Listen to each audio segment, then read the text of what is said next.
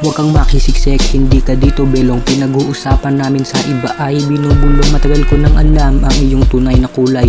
Oo, tropa na kita pero di ka kasama sa tunay. Hindi lahat ng kasamay dapat tawagin kaibigan. May iba dyan handang sumaksak sa iyong likuran. Kaya distansya ang sagot sa mga plastic na galawin. Lalapit lang sila sa iyo kapag may kailangan. Tapos nakita ko sa FB, ang dami mong pinaparinggan. Ikaw nga walang pinag-aralan. Balang araw makikita kita sa lansangan. Ikaw ay aking dudura-duraan. Ilag na lang sa mga hindi ko pinapatamaan. Ikaw naman ay aking pinakisamahan. Pero bakit ganyan ang iyong nagawa? Ako na lang sa iyo ay natatawa. Kasi akala mo hindi ka pa nahalata. Sige, kapala mo pa ng todo ang iyong mukha. Sa bagay wala ka namang kasing hiya. Babarilin kita gamit lamang ang aking salita. Sa puling di sablay agad-agad tatama. Ganun katindi aking mga binitaw na bara.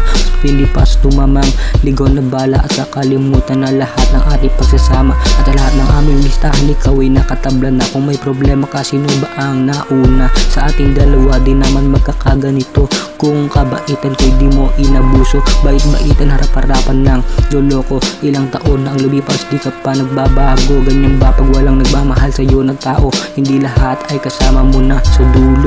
Kilalanin mo muna ang kanilang anino. Doon mo mapapagtanto na huwag magtiwala agad-agad ang kahit sino kahit kanino na hindi mo kilala.